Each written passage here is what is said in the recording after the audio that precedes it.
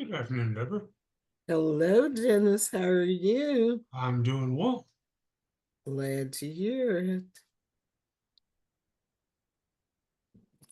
Trying to decide what I'm gonna do here today. Say that again. And I was just trying to decide what I was doing here and Ah, what kind of background. Sometimes you need a background to go with whatever you're doing. It's called Let's Make That Up. Okay. I'm gonna be a brick wall today.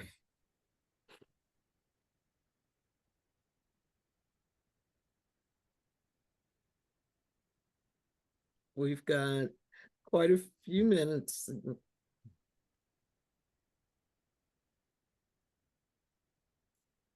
11 minutes.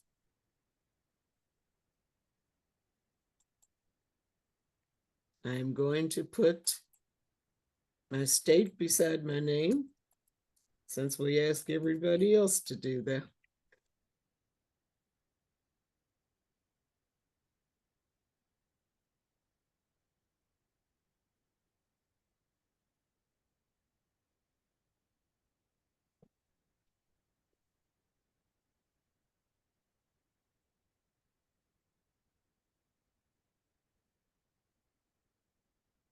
How's your weather? perfect today. Not a cloud in the sky. It's absolutely been gorgeous the past, I guess 3 days. And I The hope it calm before the continues. storm. Yes, yes, yes, yes. Because I understand Francine is coming for us as well, even though we'll just be on the edge of it, but still. That's true. It's not like being in Louisiana when it Well, rains we could pretty certainly use the rain. hard. Yes, yes. Weather Bureau keeps wanting to know when our drought is ending. They want me to report, and it's like it's not ending yet. So, okay. Gonna do some things. I'll probably get off camera here for a bit. Yep, that makes sense.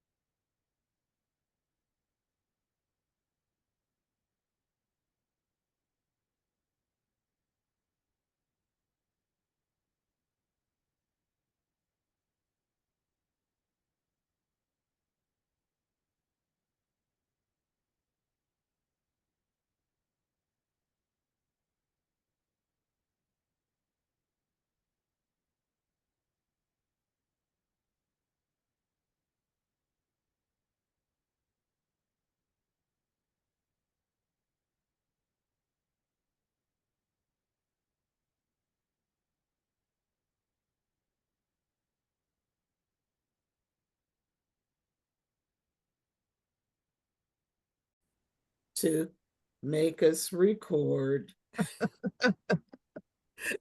Can't remember everything.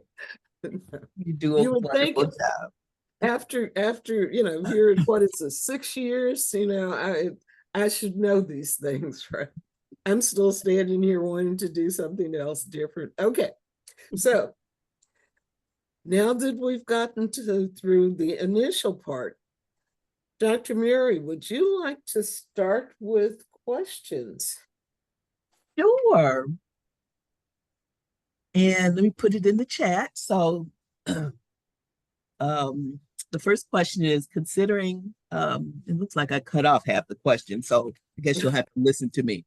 Considering our communities and the outreach needed to engage even broader constituencies, what technologies work for you and your volunteers? So I'll repeat it again.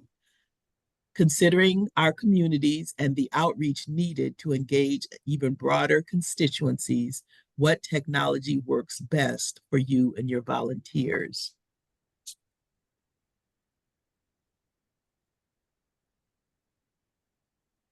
So is it just straight email? Do you have volunteers that like text? Gloria? Yeah, I was just going to say, we use emails to let every volunteer know when meetings are happening and the speaking engagements that we have and other kinds of engagements. But we're finding with onboarding, emails don't necessarily work the best. We're finding texting first. Some use, email first, text later, but texting seems to get a quicker response. So that's just what we're finding out in South Florida. Well, thank you for that.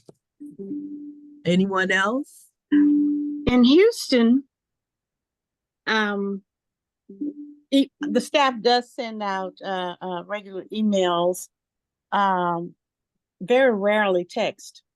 Now, and I say Houston, it's a very large area, but the groups that we've been working with, for the most part, we've gotten there, engaged them through events. We give lots and lots of events. And there are lots of speaking engagements, all across the city, whether it's in churches, health centers, multi-service centers, Astro games, you name it. And we set up tables, if a presentation is warranted, we'll do that. So we just had an orientation this morning, and that's where we got the majority again of our participants wanting to join. Okay. Thank you, Pamela. And I know I've even sat in on several virtual events from the Houston and the Texas area, because they're out there on the events. We enjoy them, the movies especially. Thank you. Anyone else? Mary? So Someone is making noise. We do emails, okay, with people that we know usually volunteer. We will text if we know their number, but trying to see if we can get more volunteers to use the portal.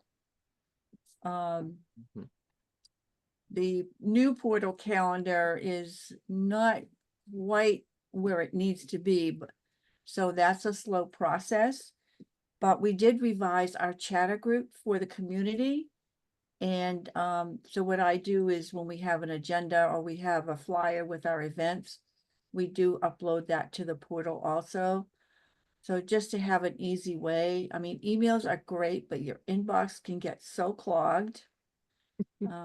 So we're trying to get the volunteers to use the portal a little bit more. Thank you. And I know, with Digital First, we are trying to encourage everyone to be not only more comfortable with the variety of ways of using technology, but to engage in it as often as possible. Gloria, I see your hand up. Yes, I will shout out to Bettina. She has worked really hard to get Floridians to use Chatter Group. And we do use it when it's things that we're doing statewide. And, but, you know, we don't have a Chatter Group just in South Florida area, and it changes a lot. So we do use that. And Bettina has worked awfully hard to get everyone trained, and we use it as a topic, special topic in our portal training on occasion, on a continuous basis. And that's good to hear. Thank you. Amber?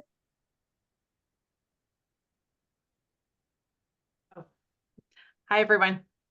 I'm so Hi. happy I could join today. It's not often, but I wanted to just share that one thing that we have in Virginia is we have a volunteer Facebook group on, and that's one way that volunteers can kind of like do a show and tell, brag and tell, and we can give applause and everyone can post to it. So that's one piece of technology that we use. And some of my teams really depends on, it depends on where we meet, but sometimes we do have hybrid meetings for our community action teams. One team in particular always meets hybrid because they have this technology. And it's a more robust and active team, I would say. So Thank you. that's what I have to share. And I got jumped on late, but I think I'm answering the question. Yes, you are. You sure Okay. are. And I am one of those people that's on Amber's Virginia Facebook page because I was initiated as a volunteer, Right. honorary Virginia volunteer. So I always see all the wonderful things that they're doing on their Facebook page. And it does seem that there's a lot of interaction on that page. So these are Yeah. some great ideas. So what challenges do you face with current technology available to you? And what kind of trainings would be helpful to volunteers to make technology more effective? Anybody Yeah, have any suggestions? Bettina had her hand up before you started in the other question. So, Hi, Bettina. My apologies. Your Oh, hand none blended needed, in. Miss Dr. Clark, none needed. So, hello, everybody. Great to see everyone. Good to see you too. Someone, I think it was you, Mary, you mentioned digital first. Mhm. And we are having a fast track campus session on that in October. And Jim Dow, who is the Virginia State Director, will be presenting that. So happy to have him. That will be October the 24th. I'll put a link in the chat in case someone's interested in visiting that campus session. That was one thing. And the second thing, what we're finding with technology, one of the challenges to answer this question is just getting people used to it. You know, getting people used to utilizing some of the things that we're presenting, because with Gloria and the onboarding team, we're a little bit, we're getting a little bit progressive with some of the things that we do. Like we have and I think this is helpful. As soon as people get more used to it, it's a one-sheeter. It has direct links to everything that we use, direct links to our PowerPoints for presentations, direct links to anything on the portal that we use, our chatter groups, our registrations, so that people don't have to go searching for everything. We have direct links for registrations for team meetings, state meetings, everything on that one sheet. And it's an Adobe PDF, and we make sure it's circulated, but we take that a little bit of a step further in that those links are located on a drive so that all the changes happen in real time and we are not constantly changing that PDF. That That's PDF will last great. for the whole year, and then the next year and the next year if we wanted to. And then whenever Gloria makes a change or anybody on the teams make a change, it's there. So that's been helpful to us. But again, the challenge is just reinforcing that gently. You know, sometimes I get a little frustrated to get everybody to utilize these tools, because in actuality does make our lives a lot easier. Yes, it does. Yeah. It really does. Thank you, Bettina. Mm-hmm. Mary? I just wanted to ask Bettina a question. What drive do you keep this one pager on? Is it a shared drive for all the volunteers or? We're using a Google Drive, Okay. and we just give access to everyone for viewing.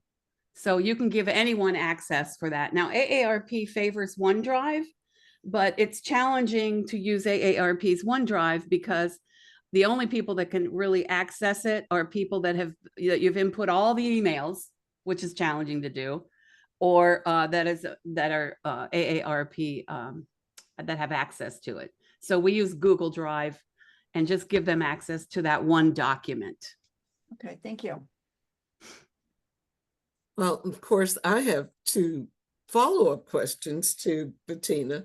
One is, on that list that you're saying you put out in the drive, is there some way that you could send it to us as an example for this group of people so they'd have an idea of what it is you're doing?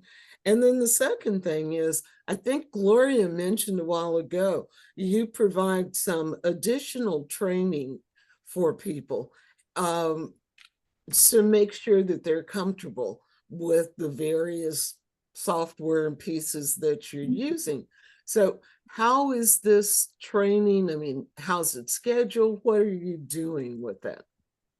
Basically, it's just a meeting. It's a team meeting, depending upon who's involved.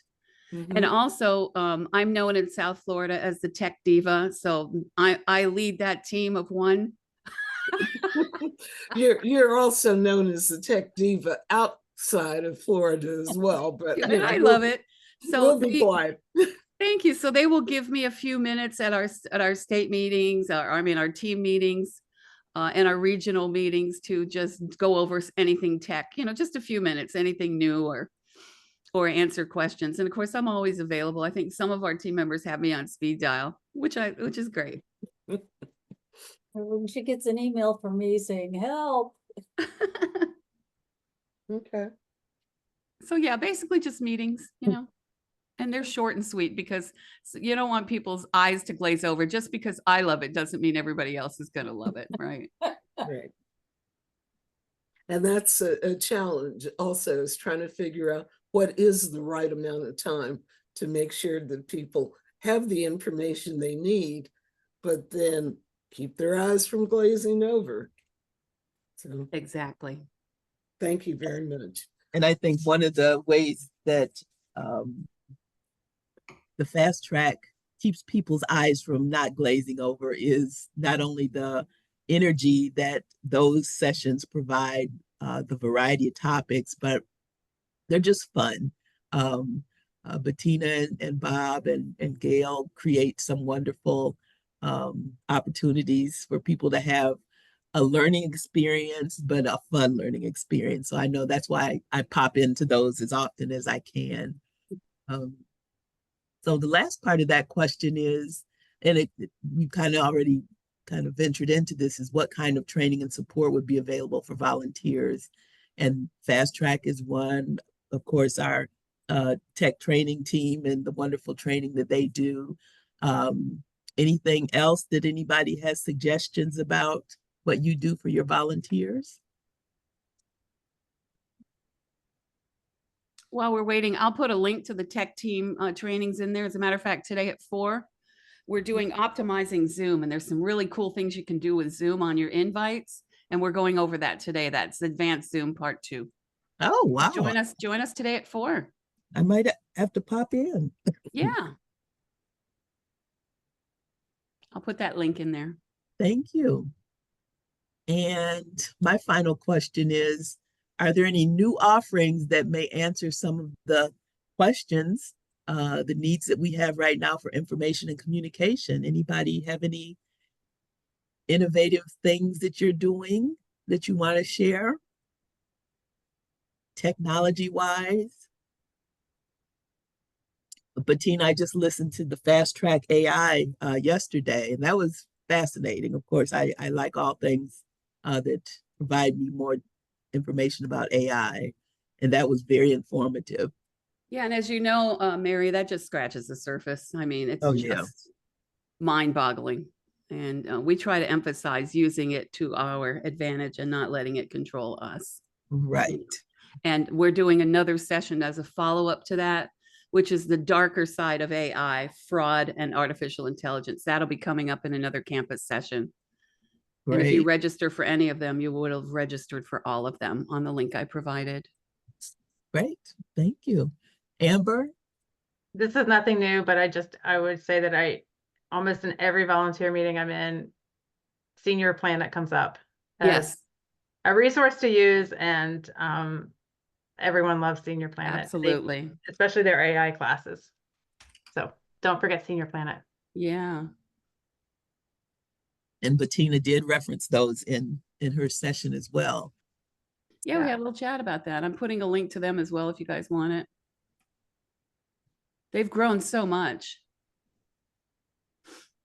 And I think that's one of the things that we need to be mindful of, that even if we don't care for artificial intelligence, we have been using it and it has been engaged in our lives for a very long time. I think right now it's just getting a spotlight for a variety of reasons, but I don't think it's anything that we can avoid. And if anything, we do need to make sure that we're educated as to how best to use it. As a volunteer, there are several ways that it can be used to benefit us and the work that we do. But I think it also can be very scary for some individuals who have either been taken advantage of by some kind of artificial intelligence or who just feel that it's frightening. So the more we know, the better we can operate. So thanks for putting that in the chat, Bettina. Yeah, and let me double check. I'm not sure if the AI session was on the tech team chatter group or the fast track. I'll confirm and throw it in there. I think it was on the tech team one. Kathy asked, is anyone taking, are you talking about the Senior Planet classes, Kathy?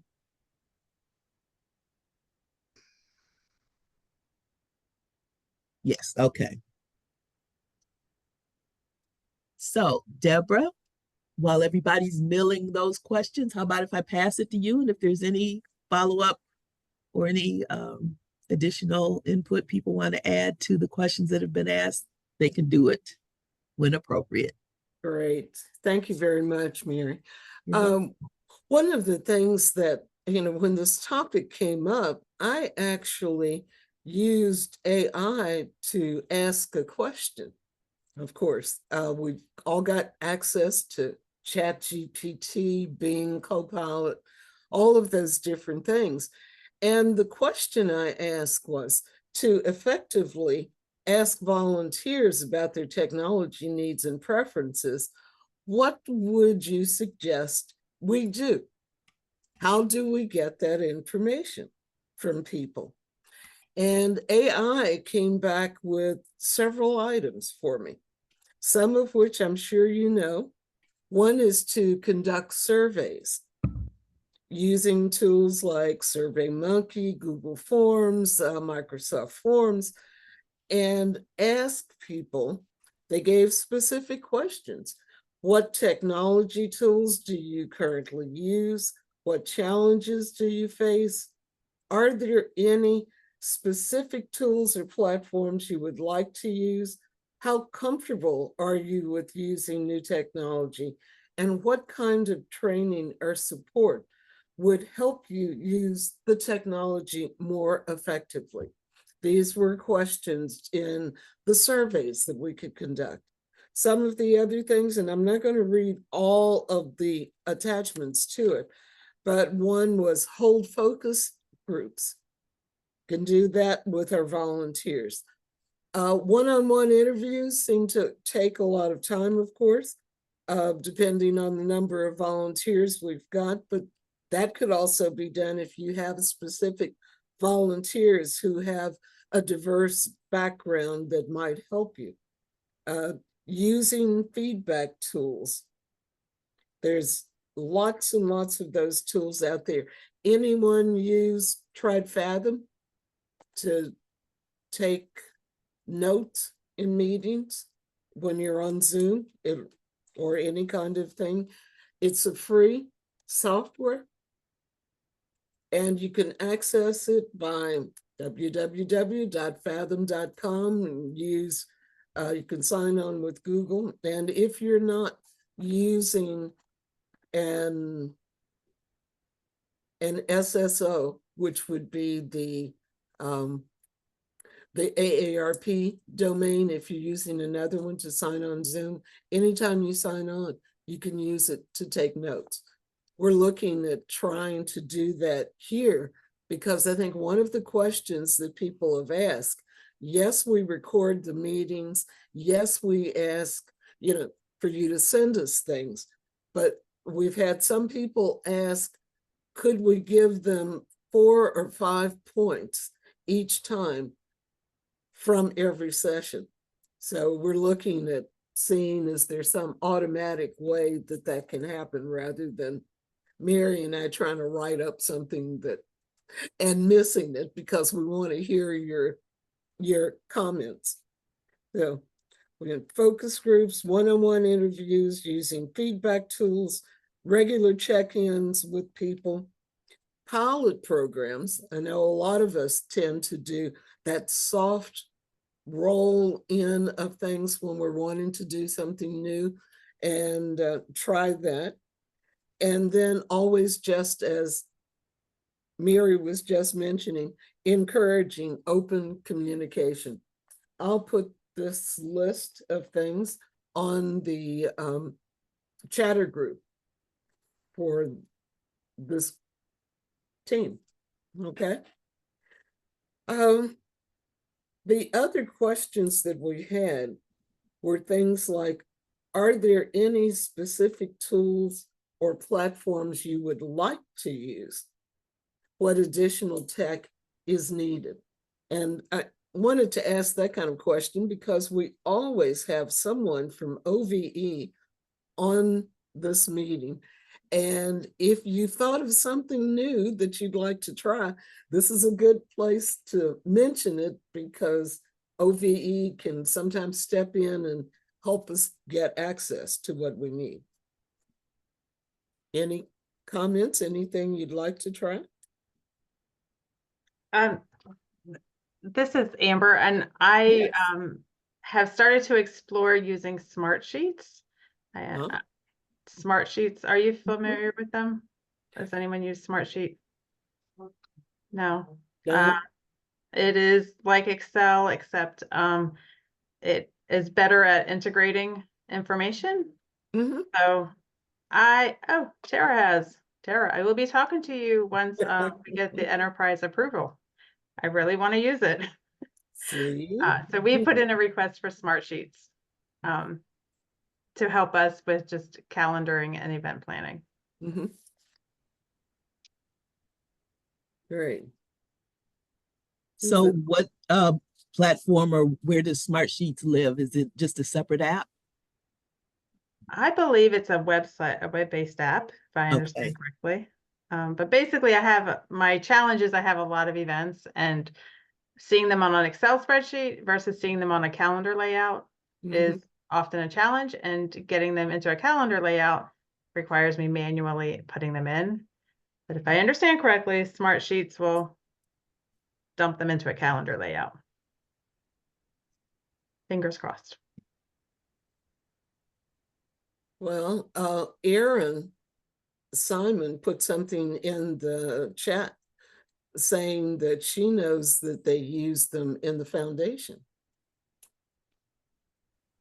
Yeah, I haven't used it a lot. I've just participated in contributing to Smartsheets, but when I worked at Experience Corps, the ARP Foundation staff was using it, and it seemed like a very helpful tool. So Amber, keep me posted. I'd love to know if you move ahead with that. I will. Okay. And obviously you've got Tara on board to help with that as well. So that's great. Anyone else have anything they'd like to try? Or what tools have you not tried? I like to say things backwards sometimes.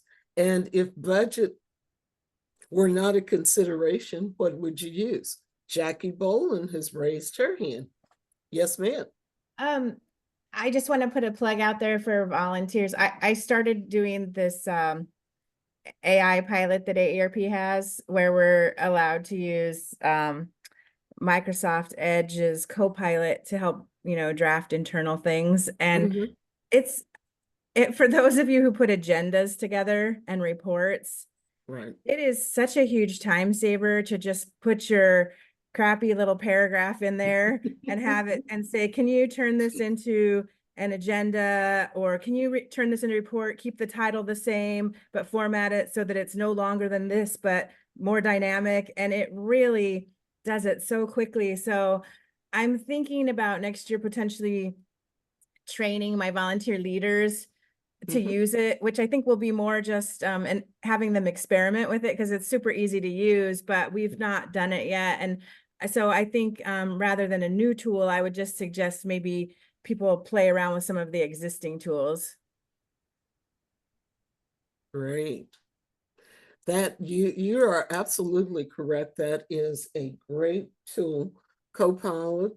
I've been a part of groups that have actually used it now, since technically we've got approval to do it, to craft agendas for all types of meetings. Even was writing a letter one day to vendors who were going to participate in an event, and we wanted them to donate a gift, and rather than our buying the gifts. And I was stuck trying to figure out how to put that together. I can usually write lots of different things, but without making it sound ridiculous or just over the top. So I put that into Copilot and said, because it's all in the ask in terms of what you ask. And I ask for a letter, a professional one, to a vendor that's going to participate in a meeting, but is going to donate to us, provide a gift for door prize kind of thing. It spouted out the perfect letter. I did not have to make but one change, because in a title, and that was it. And the staff at the office were able to then use that. They put it on letterhead. Everybody on the committee said, "This is wonderful."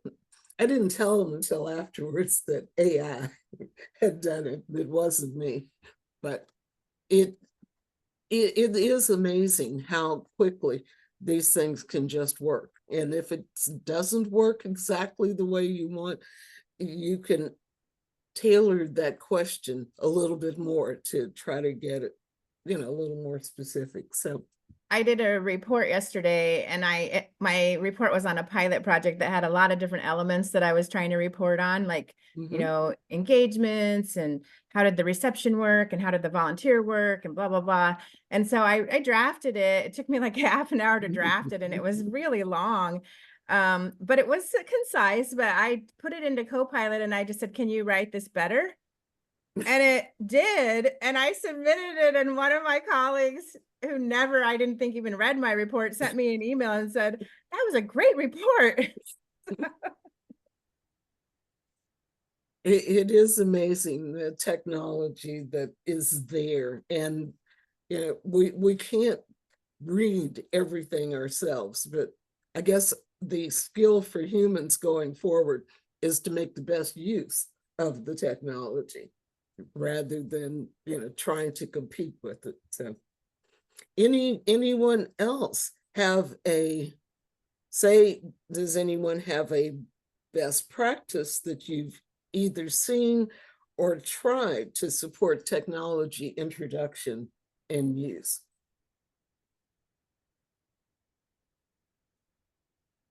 Something, how do you think we want to get information to volunteers? I know we talked about training attached to, say, monthly meeting kinds of thing. Is there anything else? that we want to try or use, or that you've seen, or from a previous career? Have you One, thought of something? oh, what did Jackie just put in the chat? Um, just started using Google Sheet.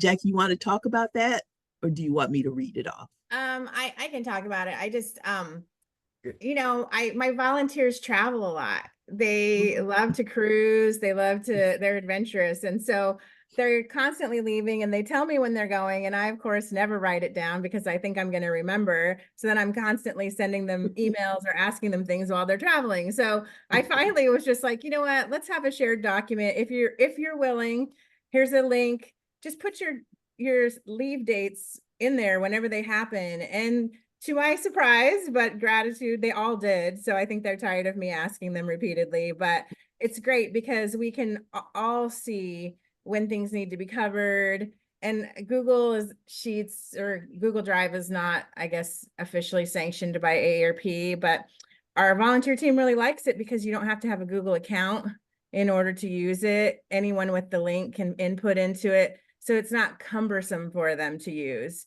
So we use that for that. And then we also have what we call the operations calendar that the volunteers, particularly on Oahu, keep, where anything that's public facing or a meeting that would interfere with the scheduling of something public facing, they add it to the calendar. So we have it in it's not in a calendar format, it's an Excel. Well, it's a Google sheet that looks like an Excel spreadsheet. You can download it into Excel. And it's basically the date, the start time, the end time, the title, if there's a CVent link, and who the lead volunteer or staff person is, and whether it's virtual or in person. And that way the volunteers can see. And then when I go to prep things for a meeting, or if a volunteer leader does, we can download the calendar, sort it by island or county, and that we use that, and we've been using that for about 8 years. Cool. Great. Thank you very much, Jackie, for explaining that. Your process. I would just Yes, Amber? like to say that, like, we use Google Drive. I use it with my volunteers for documents, and as much as I would love to use the volunteer portal, just uploading and downloading and keeping things up to date in the libraries is just too cumbersome. So my plug for making the volunteer portal, I know I'm falling on deaf ears because we probably all feel the same way, more user-friendly for document sharing. Especially when you get new volunteers in, like a new coordinator who's learning their role, it could be a barrier to have to learn a new technology. So it's super easy to be able to just share a link where they can input. Mm-hmm. Okay. Well, I know that there's upcoming portal champion training on additions to the volunteer portal. What, the second week in October, I guess it's around the 8th and 9th. So it will be interesting to see what comes out of that for people. But in the meantime, there are other things we just need to try to do to be effective. Anyone else have something they'd like to add? Well, Deborah, as we were talking, I recalled a workshop that I'd set in on Sure. in one of my other roles. I'm a genealogist, so and there's several workshops about AI, and one of them kind of gave the format of making a request. And so his name was Steve Little. And so I'm just putting an image of how he explained kind of crafting a good request for AI. And I've used this same format in business and in personal.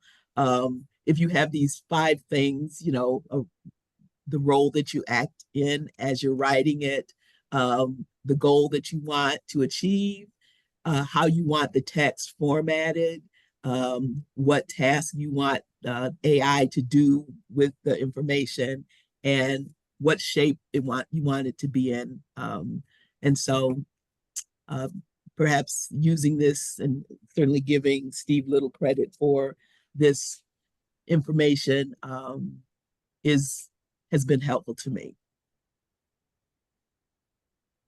Great. Well, we'll put that information that Dr. Mary put in the chat also in the exchange group chatter, so that you've got access to that as well. I think Kathy had a comment related to using Google Docs and Sheets. And I guess in terms of AARP secure environment. I don't know, Kathy, can you speak on this, or do you just want us to read it? Microphone's not working. Okay. I could probably speak on it because Okay. we do use Google, but it's more about not putting member data or information, personal identifiable information on Google Docs. That whatever you put out there, you want it to be something that someone would see. Right. So, but I had my hand up to just share another thing. It's probably more relevant for any of my colleagues on the call. I use Copilot to help me with our news. I do event e-newsletters, and we have like a certain number of characters. So I'll say what the event name is, what I want it to be named, and I'll say, give you the same title in 50 characters or less. So it's been super helpful. So are you using it as the editor? Not necessarily the editor, but just giving me, shortening what I'm trying to say. I do the same. Yeah. Thank you. It's just more and more opportunities. Anyone else have something they'd like to share with the group, or a question you'd like to ask? No. Miss Mary. Sorry, but my I can't find my raise my hand. That's okay. We see you. So the one thing I will say about the new portal calendar, it's not easy to input information, and it's not easily it's not easy to read because they've color coded things. I just think the old calendar that they had was a lot better. And I kind of wish that they would bring it back, because I think it would be a lot easier for volunteers to see it. Okay. I'm finding it a challenge with it's a great idea, but I'm finding it a challenge. And I'm finding some little kinks that are in that portal calendar also. So we just need, like somebody said before, something that is easy for the volunteers to use. Okay. And that makes perfect sense. And you know that there are people involved in crafting the portal and changes in it. They do listen to these meetings, sometimes come to them. They, we talk to them. So this is important. Anything, if you want to get some message across to people, this is another place to do that. I Okay. agree. I think it's an excellent venue for that. As a matter of fact, I have a portal meeting. I'm one of the Texas champions at 4:00. And believe it or not, the calendar is one of the things that's going to be on there. So evidently they are aware of it, but just wanted to say, and Ken Thomas is the contact person, and he has a wealth of information. He's a genius. He actually works on the mechanics, not just the end result that the rest of us are, trying to struggle through, but he's a part of the actual mechanics of putting these things together. So just wanted to pass that along. Well, thank you very much. Yes, we know that Ken is one of the regional portal champion people, and he is a leader in the work on that. Jackie, I believe you've got your hand up, huh? Yeah, I have a question of the volunteers on the line, actually. My team, I just did an email test with my team because I used to send out a sign up sheet for events and I would get like 90 responses in 2 days. And now it seems like the last 6 months, like 27 is the average, and it's enough to cover events. But what happens is I think that the other volunteers, because they'll often say, well, why didn't you tell me about that? And I think they don't read email anymore. I think everybody's on their smartphone. So what I've started having to do is literally text people individually to say, please check your email for the latest volunteer opportunity, which is very time consuming because I don't want to group text people because I don't want them all to have each other's cell phone numbers. And it's also, you know what I mean? So I'm just wondering if the volunteers on the line have a suggestion about how to do that. It could be, I've thought about like, maybe we let everybody know that at a certain date of the month, they should look for sign up sheet or an email. But I have a team of, almost 200 volunteers on the island of Oahu. And I feel bad about using the same people over and over, but it's gotten to the point where I'm using whoever shows up, but I just know that they're interested, but they're not getting that email and I don't have time to send it out every week. So suggestions, anybody?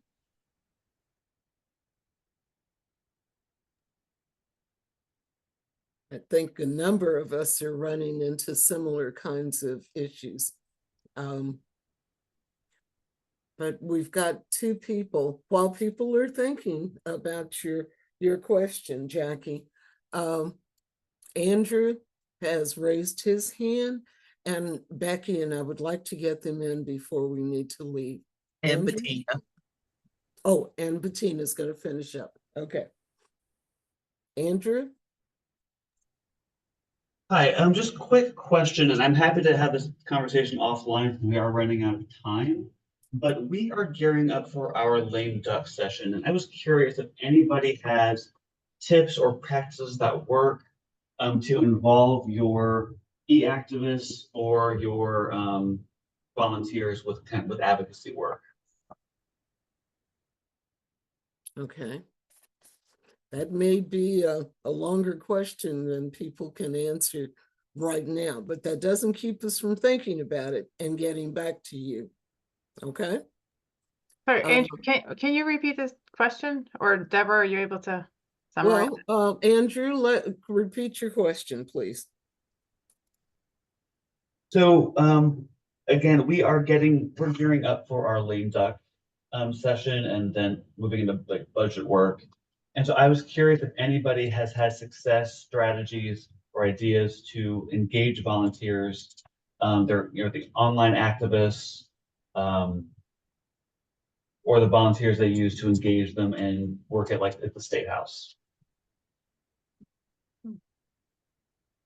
I would just throw out, you might want to connect with my colleague, Jared, in Richmond, and he's starting something this December. We start up in January, but he's doing a Pints and Politics, or Politics and Pints discussion with all folks on our e-advocate list at certain breweries around town. All right, thank you. Is that the first he's done that, Amber? Yes, we're just starting it. I was just wondering what kind of turnout you get for that. We will know in December. Maybe I better come down and go to a few of them. You have great breweries up there. Okay, Andrew, thank you. I think Kathy has put something in chat and we'll try to make sure we get some suggestions to you. Becky? Yes, I had to dial in. Kathy, I'm having troubles with my microphone too. I wanted to address Jackie's question about reaching volunteers and email versus text. Sure. One of the things that we do here in Oregon is produce our own calendar. And by letting people know via our newsletter that the calendar is out there, and if you're interested in volunteering for a specific position, be sure you check the calendar and then connect with the person that's staff person that is setting it up. We are not using calendar on the volunteer portal yet, but who knows when that might happen. So Becky, just a follow-up question. So I use Yeah. a Microsoft form to take volunteer signups, which I can export into an Excel spreadsheet. And so what I'm wondering is, do you have a sign up mechanism integrated into that calendar, or are they just contacting whoever's listed as the lead? They're contacting whoever's listed in the lead. I like your idea of a form to sign up. That's a really good idea.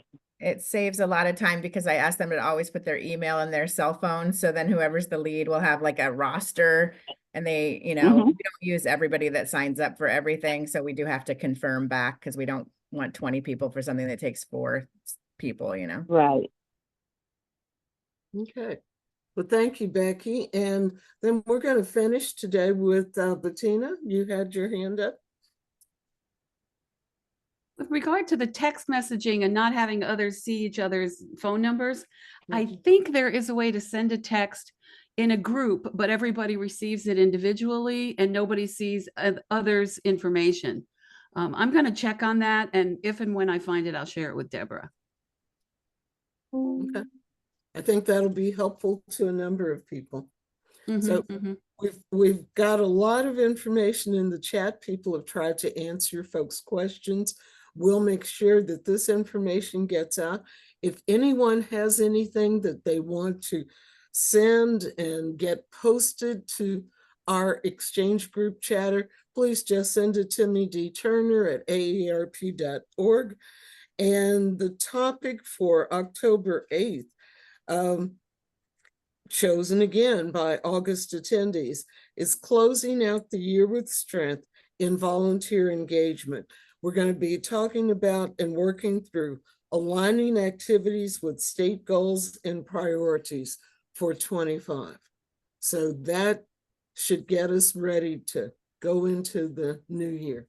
Thank you all very much. I'm sorry we had to take you over time today, but it was wonderful conversation and people are asking questions, and I think we're going to get some answers for some people. So Great discussion. thank you very much.